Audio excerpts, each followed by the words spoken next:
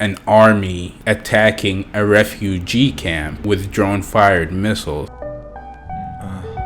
2, 1. Choose your poison, I got the potion, the remedy. Make you feel good like some Hennessy. I can show you what you've been missing.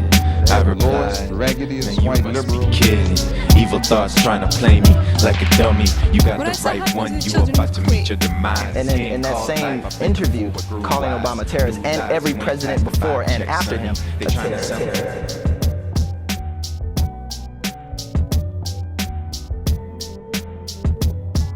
Thank you again for joining us, everybody. This is part 2 of ThirdEye Thursdays, episode 3. Our last story today here, we're going to be talking about the escalating situation in Camp Jenin. Now, we did talk about this a couple weeks ago on ThirdEye Thursdays when there was a helicopter that attacked the camp, and now this time there was recently one of the largest military operations in Palestine that was carried out by the Israeli army.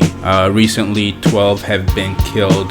There's over 140 wounded, and most of the injuries were to the head and to the chest. Some other things that happened during this attack: Israel bulldozed all the roads around the camp so that there is no entrances or exits except for one road for ambulances, and then they used drone-fired missiles to attack the camp. As we've guessed, the situation is greatly escalating over there in Camp Jenin, and of course there's retaliations by the Palestinians.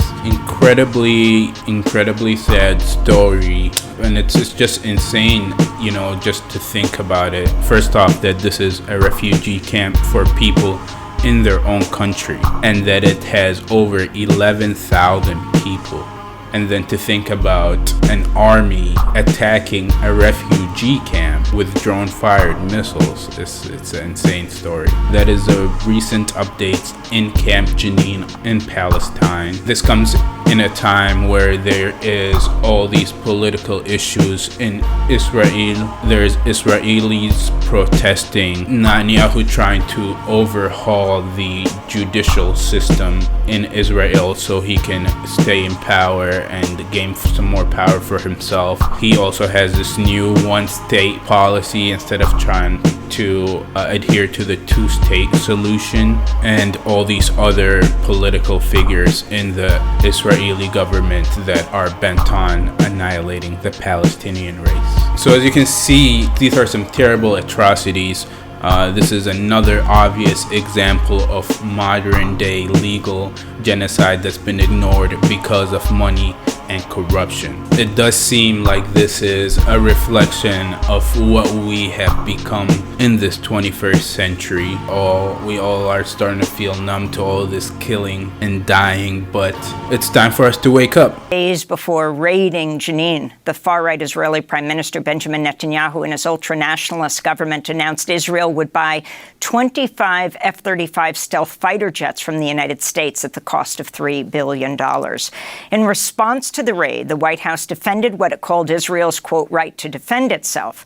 Palestinian-American Congressmember Rashida Tlaib condemned the operation and said, quote, Congress must stop funding this violent Israeli apartheid regime. So, in a nutshell, the idea of mowing the lawn is a doctrine that has been promoted by the Israeli military for quite a while and is mostly associated with Israeli army policy vis-a-vis the Gaza Strip, particularly targeting the political group Hamas and Islamic Jihad and other militants.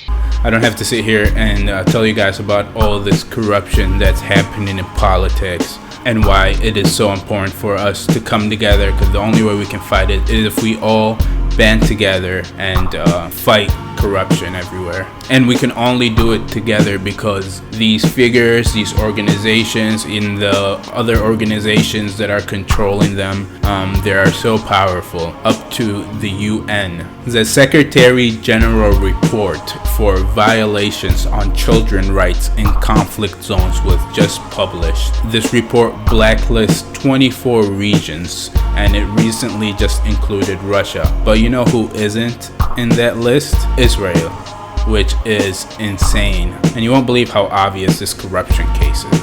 And confirms Israel is responsible for killing Palestinian children. Why isn't Israel included on the Secretary General's so-called blacklist? Yeah, that's a question that a lot of people are asking and have been asking for many years, because Israel has never been included on this blacklist that the Secretary General puts out. Human Rights Watch, other organizations have been very critical of this.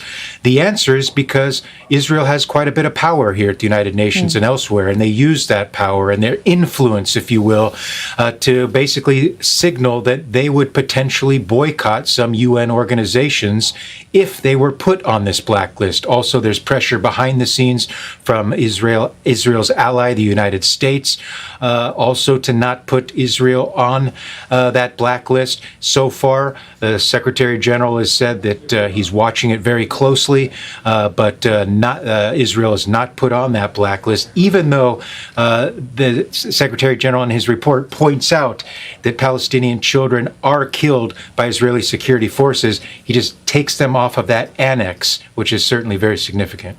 So yes, the world is so corrupt and complicated, and that's what we dive into here. Next week we're going to dive into something even more corrupt, and we're going to talk about how the illegal drug market supports terrorist organizations.